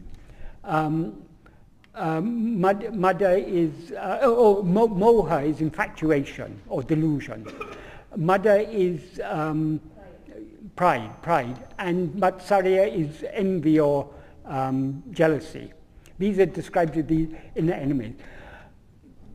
Why these are marked out? Because if we allow ourselves to succumb to these will draw our mind outwards more strongly, because these are very, very strong emotions, very strong passions. So we start the path of surrender by using our discrimination, understanding it's not good to be greedy, it's not good to have too much desire. There are certain things we need. It's okay to to want food, to want clothing, to want shelter within moderation. We shouldn't be too greedy. We shouldn't, why we get angry? When we want something and now what we want is frustrated, we get angry. So anger is not a good thing. We try to control our anger. We try not to react in that way. We try to not to get too infatuated by things. Sometimes sometimes people have obsessions. Small things, they can be obsessed with everything being neat and tidy. That's again, it's drawing our mind outwards. That's a type of moha. Or we can get, there's so many things we can get infatuated with. And so, I mean, but all these are basically, they're all things which pull our mind out more strongly.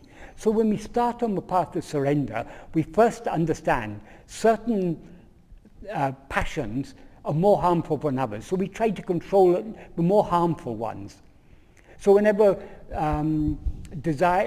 whenever anger comes to our mind, we try to think of Bhagavan, for example, in order to calm down our anger. We try to replace one thought with another thought, which is, we try to replace a more harmful thought with a less harmful thought. This is the beginning of the path of surrender.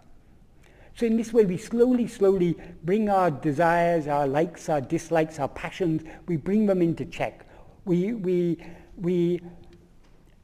refrain, we avoid being swayed by these things. And by avoiding being swayed by them, we weaken them. But ultimately, we come to a point where we find we cannot completely be free of all these things, because so long as the ego remains, all these things in seed form, the seeds may be weaker, but they're still there. There's still situations. Any of us may get angry in a particular situation. However calm, even the most calm and placid person, if you push them far enough, they'll get angry.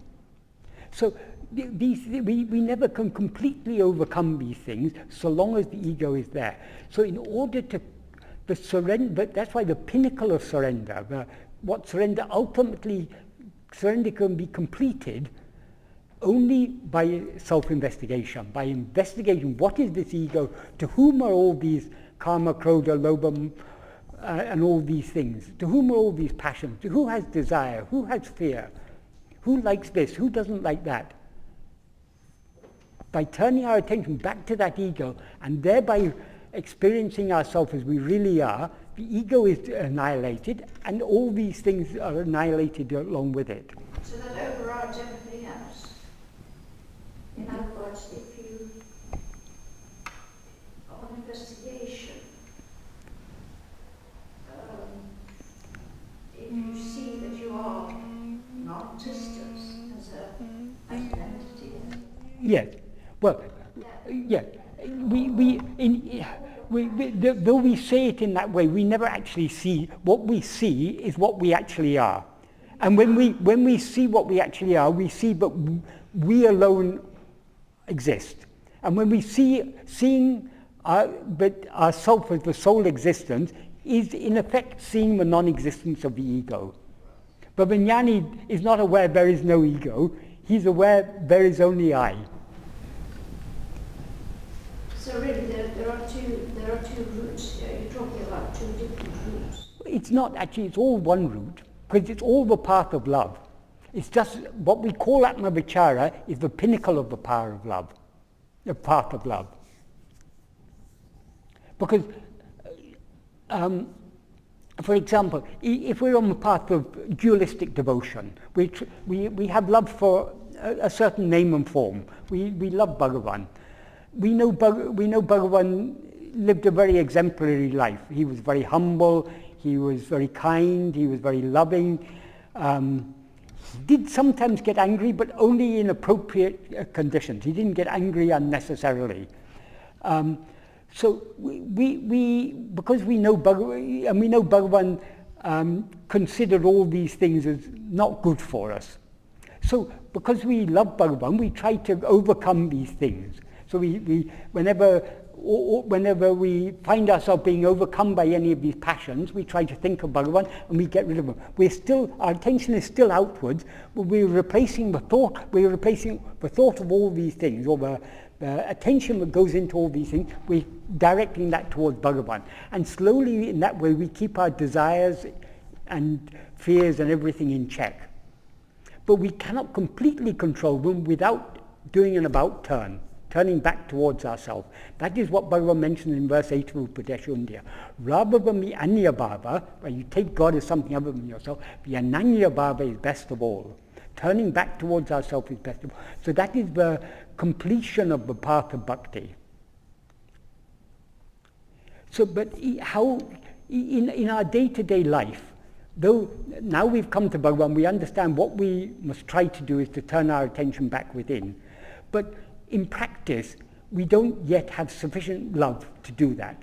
So though we try, we're constantly failing. And most of the time, probably, we find that our attention is on other things, not on ourselves. Or it may be on ourselves to a small extent, but not fully on ourselves, because we're still interested in other things. So we're trying to turn our attention back. But even when our attention is directed outwards to other things, even under such circumstances, we still have to be keeping our desires in check. So the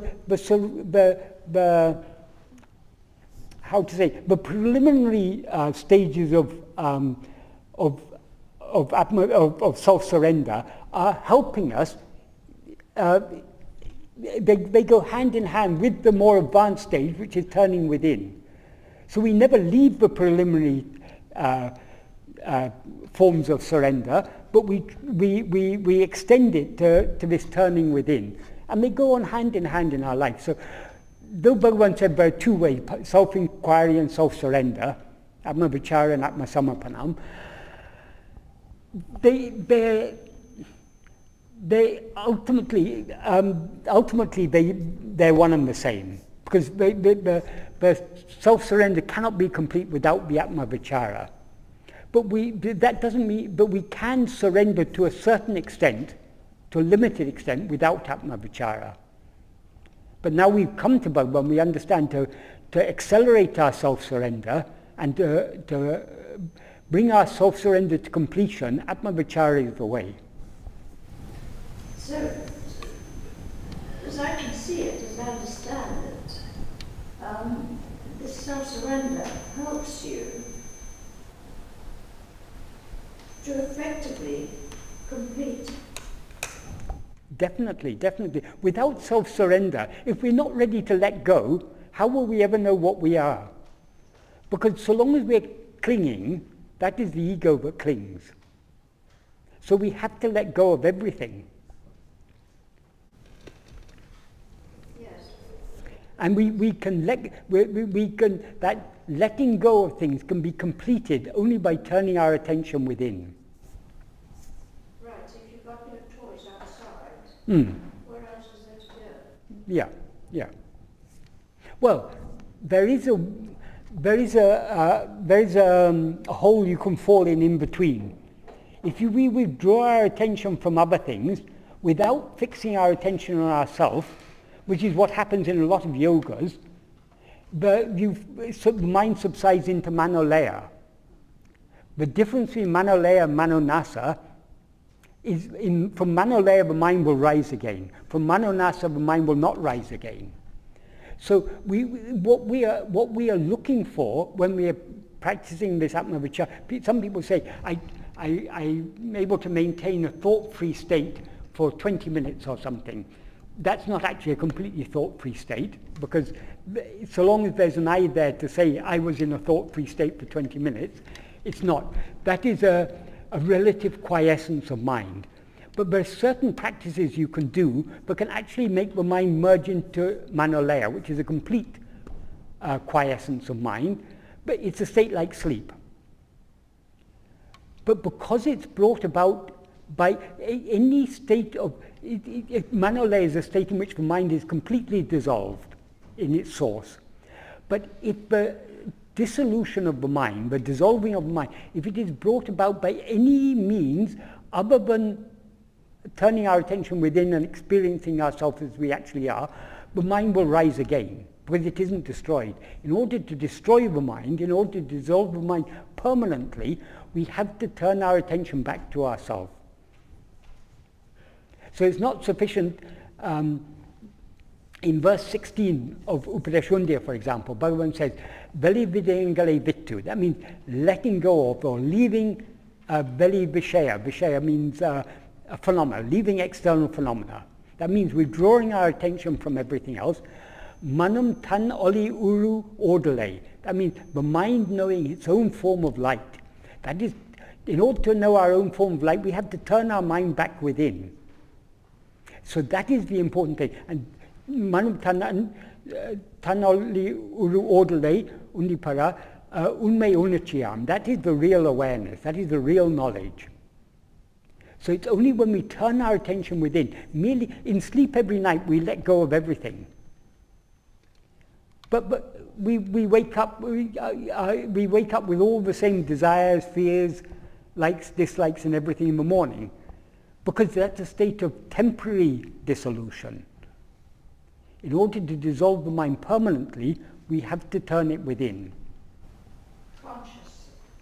Consciously means yes, but conscious of what? In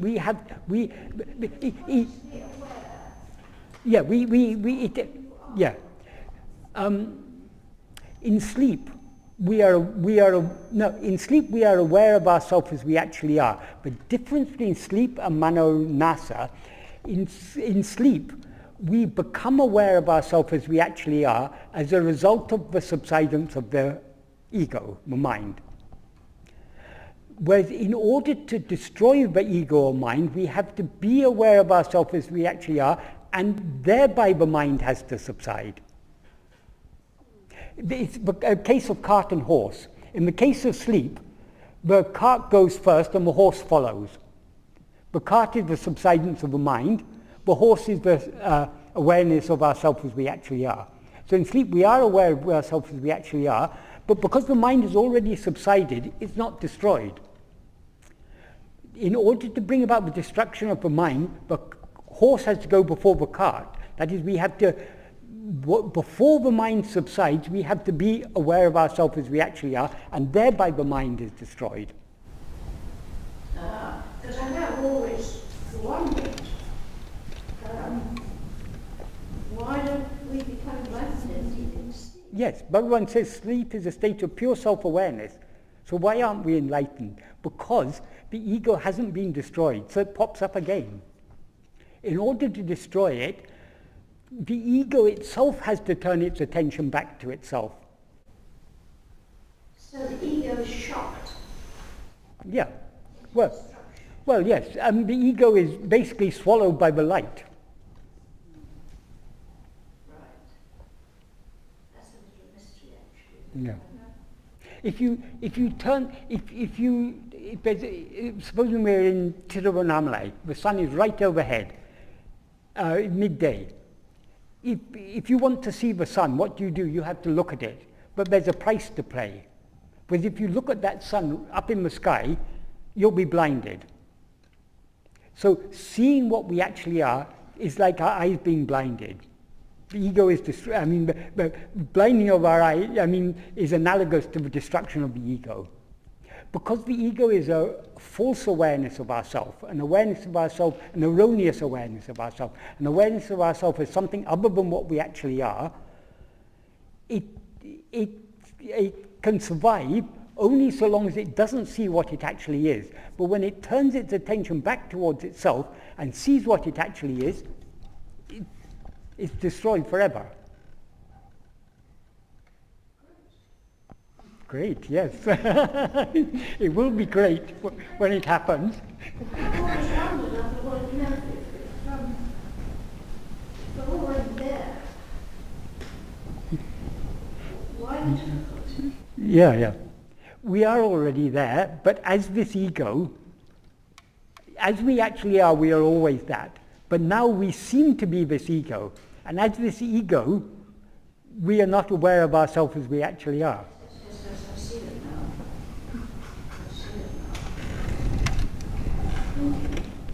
What about the subconscious? but subconscious, well, subconscious is a it's a concept in modern psychology, I think, but we can question the existence of the subconscious. Does anything exist independent of our awareness of it? It's a supposition. In sleep, you have to assume it's the sleep. Well, nothing happens. In dream, things happen, but not in sleep. Okay, not in sleep. In sleep, dreams happen. Okay, but they normally, in Bhagavan's path, we distinguish it as three separate states.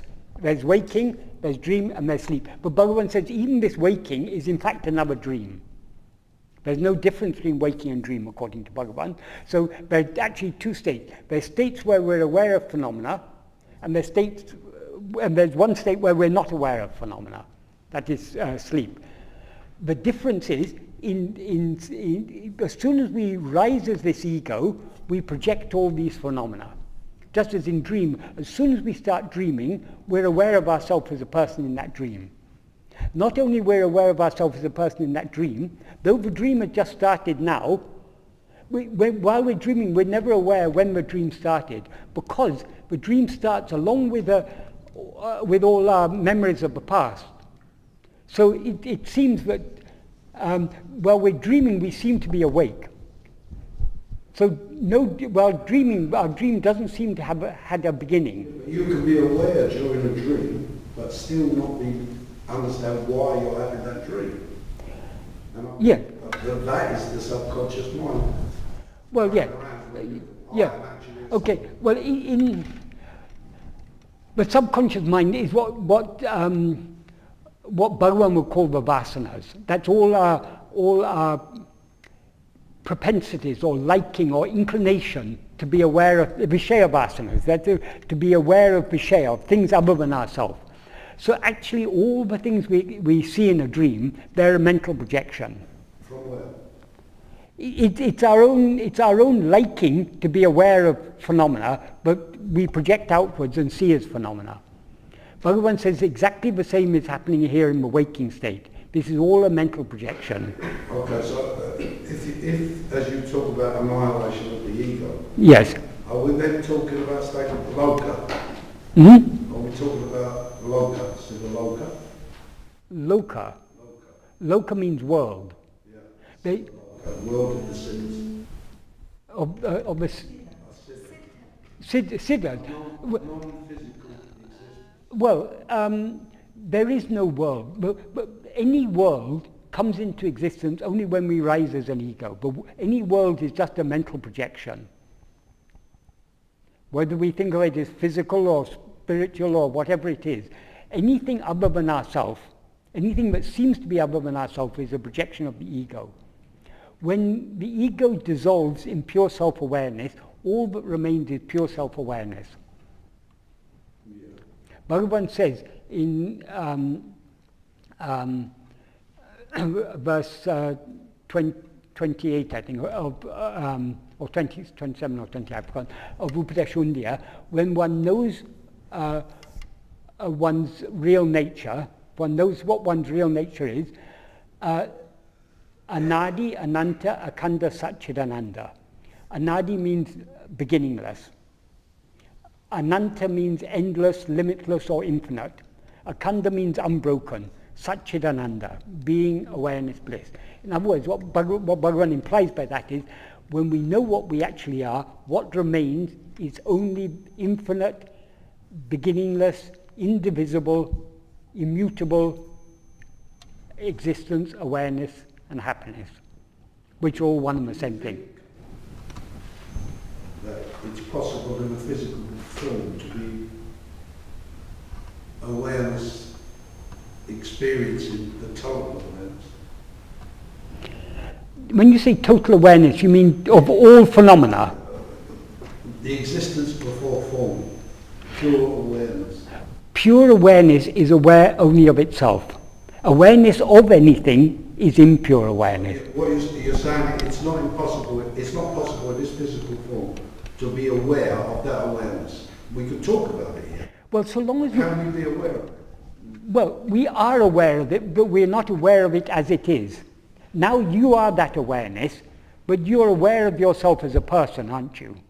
So you're not aware of the awareness as it actually is. Yeah, but when I'm dreaming, it's possible to be aware that I'm dreaming, or it's also possible just to experience the dream. There is two different states. Well, it's not actually, but if you're aware that you're dreaming, that's just an idea, I'm dreaming. Are you aware that you're dreaming now? You could direct the dream. You could be in the dream and aware and direct the dream. That, you seem to be directing it, but It even... seems to be doing what you want it to do. It seems to be, yes. But we're not looking for what seems to be, are looking for what actually is. Yeah, but what you're saying what actually is, beyond everything, Yes. before everything and after everything, Yes, is pure awareness. pure awareness. And you're saying in this physical form we've been taken from that pure awareness. Well, we've not been taken from it. I mean, In this, the right circumstances, Yeah. we will unknowingly return to it. yes, we will dissolve back into it because that is what we actually are. But the ancient Hindu texts, they have this thing called the logos, the siddha. Yeah, because That's not right. yeah, I mean, That's what they say. Hinduism is not just one philosophy. There are innumerable philosophies in Hinduism. The different philosophies are to suit people at different stages of spiritual development. But is it possible to go to stages where you're not physically at? Everything is possible because everything, Bhagavan says, everything is a mental projection. Everything is a dream. So you can dream that you're in a Siddha Loka, you can dream you're in Deva Loka, you can dream you're in heaven, you're in hell. It's all possible. Who's saying it's a dream? Well, Bhagavan tells us it's a dream. Well, that's what Bhagavad says. Yeah. But can we, okay, let's put it another way. We assume now we are not dreaming, generally, don't we? But how can we ever be sure that we're not dreaming? No, we can't. We can't. But you can know you are dreaming. Even when you say you know you're... No, In a nocturnal. but even when you say you know you are dreaming, that's just an idea you're having in the dream. I am dreaming. Well, everything's just an idea. Yeah, everything. Everything is a concept. Everything is a concept. To whom are all these concepts? It's to the ego. It's only when the ego rises that ideas, concepts, whatever we call it, come into existence. The root of all concepts, of all ideas, is the primal idea, I am so-and-so, I am this person. That is the ego. So that The ego is only actually trying to protect us. it's trying to protect itself. Actually protect, that's what it's doing. I mean, it's just overstepped its job description. That's actually what it's done. Well, the ego is trying to protect itself because it's an illusory, it's an erroneous self-awareness. It seems to exist only so long as it's not aware of itself as it actually is. So what we now seem to be is this ego. And as this ego, we take the ego, nature of the ego, it rises by grasping a form as itself. It's taken this body as I. I am sitting here, you are sitting there. You are that body, I am this body. That's how it seems to be, from the perspective of the ego. But once you transcend that, there's Yes. no difference between me, you, or anything. Yes, because there's no me, you, there is just what is, which is pure awareness. I unfortunately have the idea that it's possible to, I'm not sure the word is, to be aware of that. Okay. Well, let us not anticipate. It's easy for you to say I'm dreaming. Okay, let us not anticipate anything. Let us first try and find out what we are, and then we'll know the answer to all these questions. What we are, as we know it, is the ego.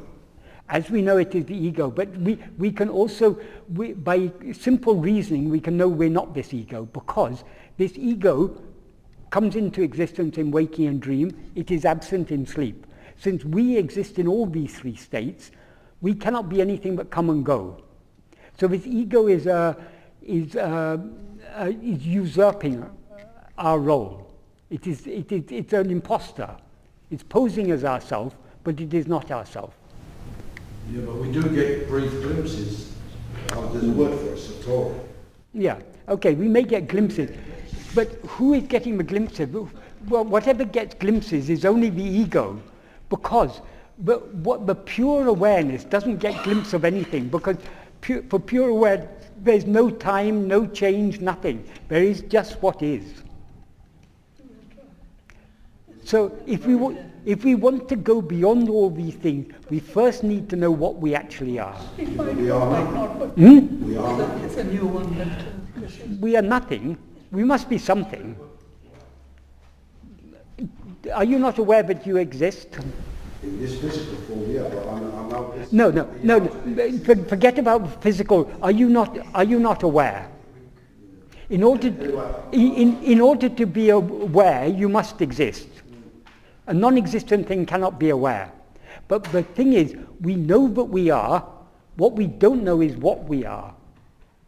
Because we now know ourselves as something other than what we actually are. So what we need to do is know what we actually are. We need to be aware of ourselves as we actually are. We can be aware of ourselves as we actually are only by turning our attention back towards ourselves.